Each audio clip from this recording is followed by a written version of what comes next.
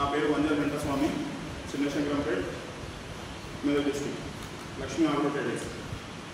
ఈరోజు మనం చెప్పబోయే విషయం ఏంటంటే, ప్రతి దానికి మనం ఏంటంటే ప్రతి ఒక్క పంటకు దానికి ఎంత మోతాదు వాడాలి, దాని యొక్క సస్య రక్షణ మందుపై ముద్రించడం అంటే దాని యొక్క మందుల మోతాదును బట్టి మనము ఈ లోగోలను బట్టి మనం తెలుసుకున్నాం. సస్యరక్షణ మందుపై ముద్రించబడిన రంగం బట్టి దాని విషపూరితాన్ని గమనించి వాడటంలో తమ జాగ్రత్తలు తీసుకోవాలి. ఫస్ట్ లేబుల్ వచ్చేసి రెడ్, ఎరుపు రంగు. ఎరుపు రంగు అంటే అత్యధిక విషపూరిత మందు. అలాగే కింద ఎల్లో, పసుపు రంగు, అధిక విషపూరిత మందు. నీలం, ఒక మోస్తారు విషపూరిత మందు. ఆకుపచ్చ, కొద్దిపాటు విషపూరిత మందు. అయితే ఇందులో హానికారక పురుగు మందులు ఏంటంటే ఆర్గానోక్లోరైడ్స్ అంటే డైకోపాల్, లీటర్ అంటే మొదలగునవి పురుగు మందు. అందులో ఆర్గాన్ ఫాస్ఫేట్, ఎస్పేటు అండ్ క్లోరోపైరిఫాస్, టైక్లోరిఫాస్, triazophos, ethion dimethoate, malathion, monocrotophos, profenofos మొదలగునవి. అందులోనే కార్బైడ్స్ అంటే కార్బన్ కానీ కార్బోఫిన్ గుళికలు కానీ అత్యధిక ఎరుపు రంగు విషపూరిత మందు. సింథటిక్ పైరాక్సైడ్ అంటే సైక్లోబెటిన్ అండ్ టైటామిథైన్, లాంబ్డా సైక్లోబెట్, ఫెన్వెలైడ్, నియోనికోటినాయిడ్స్, ఇమ్లాక్లోప్రిడ్, థయామిథైన్, థయోప్రోపిడ్, ఫినైలోపైరోజిన్ అంటే పిట్రోనిల్ మందు.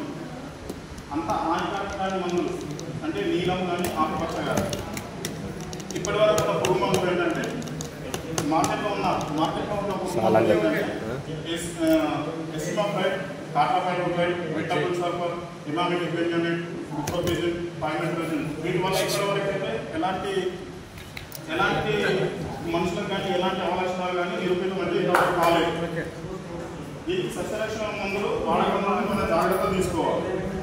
అందరం మందు కొడతాం కానీ దానికి ఒకరు కానీ రైతు వచ్చినప్పుడు ఇలా వాడాలని ఇవ్వడం కానీ మనం చెప్పాం. దానికి మనము ముందు జాగ్రత్తగా మనం చెప్పాలి.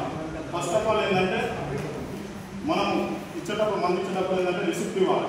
మన రసీదు ఇచ్చేసి పంటకు సిఫారసు చేసిన మందులను సిఫారసు చేసిన మోతాదులను వాడమని చెప్పాలి. తక్కువ వాడితే పనిచేయదు, ఎక్కువ వాడినా పురుగు త్వరగా రోగనిరోధక శక్తిని పెంపొందించుకుంటుంది.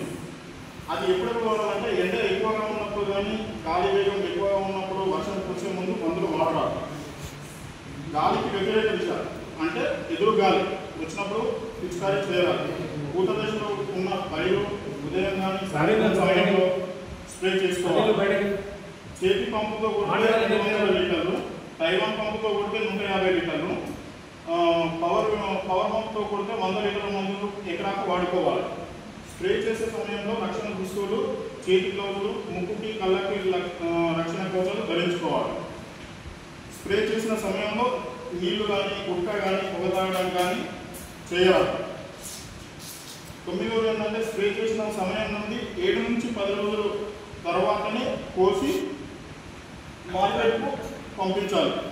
పంట కాలంలో 2 నుంచి 3 సార్లు పిచికారీ చేసినప్పుడు ఒకే రకం మందు కాకుండా మందులను మార్చి వాడాలి.